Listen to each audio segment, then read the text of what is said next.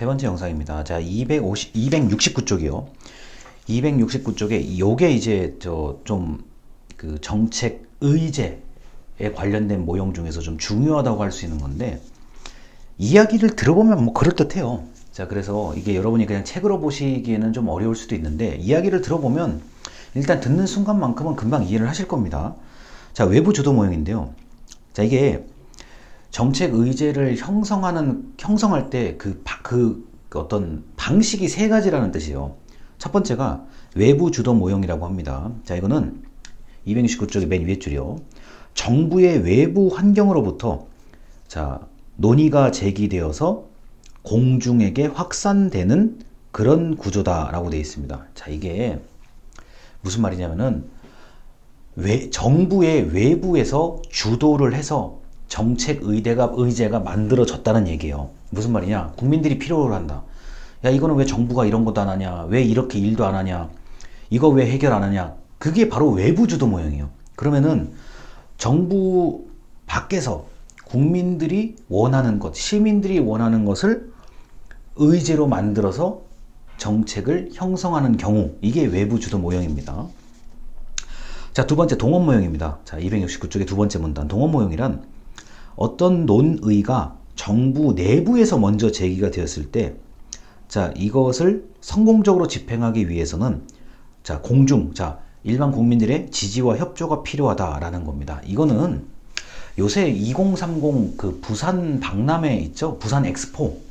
이 부산 엑스포 같은 경우는 그 정부에서 먼저 이거를 지금 도전하고 있는 거 아닙니까? 지금 유력한 그 경쟁자가 사우디아라비아 같은데, 자, 정부 안에서 이미 정책을 만들었어요. 결정을 했어요. 하겠다. 자, 그래서 외부의 국민들이나 주민들에게 협조를 요청하는 의제를 동원 모형에 해당되는 정책 의제라고 할 수 있습니다. 우리가 보통 사람들을 동원한다라는 표현을 자주 쓰는데, 그 의미라고 보셔도 크게 이게 틀리지는 않아요, 사실요. 무슨 말이다? 자, 제일 대표적인 게 지금 2030 부산 엑스포 개최예요. 아직 상당히 많은 시간이 남은 것 같지만, 일단 개최지로 확정이 돼야, 부산으로 확정이 돼야 뭐 이게 또 더 많은 것을 자, 국민들에게 협조를 요청할 수 있을 거 아닙니까? 그래서 올림픽, 월드컵, 자, 엑스포, 박람회 이런 거 전부 다 동원 모형 개념이라고 보시면 됩니다. 자, 그 다음에 내부 접근 모형인데요. 269쪽의 맨 아래의 문단이요. 자, 내부 접근 모형이란 자, 정부 내부에서 어떤 정책 의제가 제기가 돼서 그게 그냥 정부 내부에서 다 끝나버리는 걸 얘기를 해요. 그래서 정부 내부에서 문제가 나와서 정부 내부에서 그냥 해결하자, 우리가 해결하자, 그냥 그 수준에서 끝나는 게 내부 접근 모형이라고 할 수 있습니다. 일반인은 관심이 없어요, 이게요. 일반인은 관심이 없고 정부에 있는 사람들 또는 정부 조직 안에서 그 특정한 사람들이 관심을 기울이는 그런 의제라고 할 수 있습니다. 그래서 정책 의제는 3개, 외부 주도 모형, 동원 모형, 내부 접근 모형이 있다는 거, 요거 알아두시면 되겠고요. 자, 그 다음에 이제 270쪽에 보면은 그 여러 가지 자, 문제를 해결하기 위한 여러 가지 대안이 있는데, 그 대안 중에 그 대안들을 분석할 수 있는 방법이 뭐냐라고 했을 때 270쪽에 이런 얘기가 있습니다. 동그라미 2번이요. 자, 경향성 분석이라고 얘기하는데, 경향성 분석의 대표적인 거는 과거에서 현재까지를 기준으로 미래를 예측하는 겁니다. 자, 출산율, 사망률 이런 것들은 과거부터 현재까지 태어나고 죽는 사람들이 다 있잖아요. 이걸 그대로 이었을 때 우리나라의 인구는, 우리나라의 고령화, 저출산, 이건 어떻게 될 것이냐. 자, 그래서 경향 분석은 과거부터 누적된 자료만 있으면 이게 어느 정도는 예측이 가능하고, 지금 출산이나 사망처럼 매 시간마다 일어나는, 매 순간마다 일어나는 것이라고 한다면 거의 정확한 결과가 나옵니다. 그래서 우리나라는 뭐 예측을 한다고 하면은, 자, 우리나라가 뭐 통일이 되거나 엄청난 뭐 사건이 벌어져서 사람들이 대거 죽는다든가 아주 많이 태어난다든가 이런 변수만 없다고 하면은 현재 인구 구조가 앞으로 30년, 40년 뒤에 거의 정확하게 맞아떨어져요. 그렇기 때문에 경향성 분석이 아주 많이 활용되고 있는 거고요. 자, 단 이게 누적된 거, 과거부터 촘촘히 쌓여져 있던 것일수록 미래를 예측하기가 편합니다. 자, 그리고 그 델파이 분석인데요. 자, 이 델파이 분석 같은 경우는 이제 델파이라는 거는 이제 그리스의 신전, 이렇게 기둥 크게 있는 신전을 얘기하는 거고요. 자, 요거는 그 271쪽의 맨 위에 줄입니다. 자, 어떤 분야의 전문가 한 사람이 아니라 전문가 집단에게 문제 해결을 위한 자, 대안을 묻는 것이다.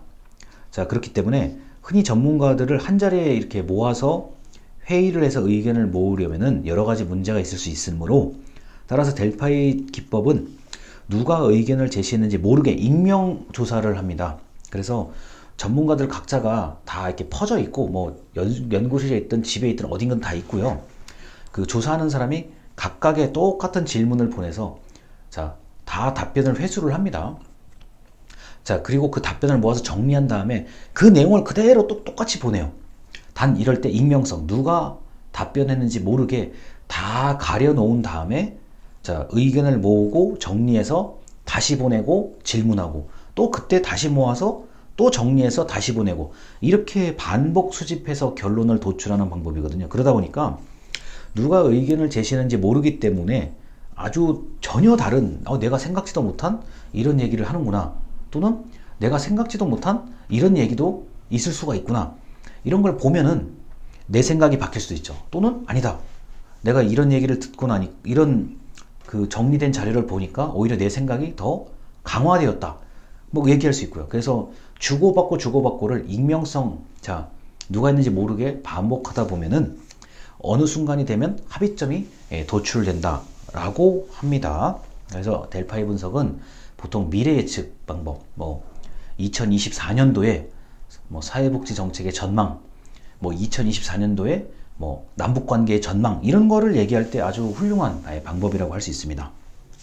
자, 그리고요, 그 272쪽에 비용 편익 분석이라고 되어 있는데, 자, 비용 편익 분석은 이제 그 흔히 말해서 투입된 돈보다 자, 버는 돈이 많게 예측이 된다고 하면, 자, 보통 이게 공식이 있어요. 이거는요. 자, 272쪽에 비용 편익 분석은 투입 대비 산출이 많으면 좋은 거잖아요. 그래서 강의 자료에 제가 투입 대비 산출이 1보다 크면 자, 사업을 시행하고, 투입 대비 산출이 1보다 작으면 사업을 시행하지 않는다라는 건데, 아니 우리가 100만원 투자해서 200만원 벌면은 이게 단순히 생각해도 1보다는 크잖아요. 그러면은 이제 그 사업을 시행을 하는 거고, 자, 예를 들어서 100만원을 투입을 했는데 이게 50만원밖에 못 번다라고 하면은 단순하게 생각해도 1보다 작을 거 아닙니까? 그러면은 사업을 시행하지 않는다라고 해서 비용 편익 분석은 정부에서 특히 많이 하고 있는 겁니다. 정부가 사업을 할지 말지, 뭐 도서관을 지을지, 경찰서를 지을지, 교도소를 지을지, 뭐 기숙사를 지을지, 철도를 새로 할지, 이런 것 등등이요. 공항, 지하철 전부 마찬가지입니다. 이 비용 편익 분석을 통해서 하고 있고요. 자, 그 다음에 이제 그 273쪽에 맨 아래 보면은 이렇게 이게 그 선으로 그어져 있는, 자, 이른바 나뭇가지 기법 같은 게 있습니다. 자, 순서도를 그리듯이 경우의 수를 최대한 잘 나누는 방법을 나뭇가지 분석이라고 하는데, 이것도 요새는 그 컴퓨터 프로그램으로 웬만큼 다 돼요. 거의 정확하게 다 계산을 해주기 때문에 그 사람들은 결과값만 잘 보면 되는데, 그냥 그렇게 하시면 돼요. 뭐 우리가 뭐 질문을 보고 예, 아니요, 예라고 답했으면 뭐 2-1번으로 가고, 아니요라고 답했으면 2-2번으로 가시오. 그런 것들이 나뭇가지 기법이라고 할 수 있겠습니다. 굳이 이제 쉽게 얘기하자면요. 자, 그래서 이 경향 분석, 델파이 분석, 비용 편익 분석, 자, 그 다음에 나뭇가지 기법 같은 이러한 것들을 통해서 뭐를 한다? 자, 정책 대안을 분석하는 거예요. 야, A하고 B 대안이 있는데 이 두 개의 대안을 비교할 때 비교를 해야 어떤 게 더 나은지를 결정할 수 있을 거 아닙니까? 때에 따라서는 여러 가지, 한 대여섯 가지의 대안들이 나올 수 있고, 그거를 나름대로 지금 제가 말씀드린 이런 분석 방법을 통해서 더 나은 것을 찾아내는 거예요. 그래서 결정했을 때, 자, 아무래도 좀 더 좋은 정책이 되지 않을까 싶습니다.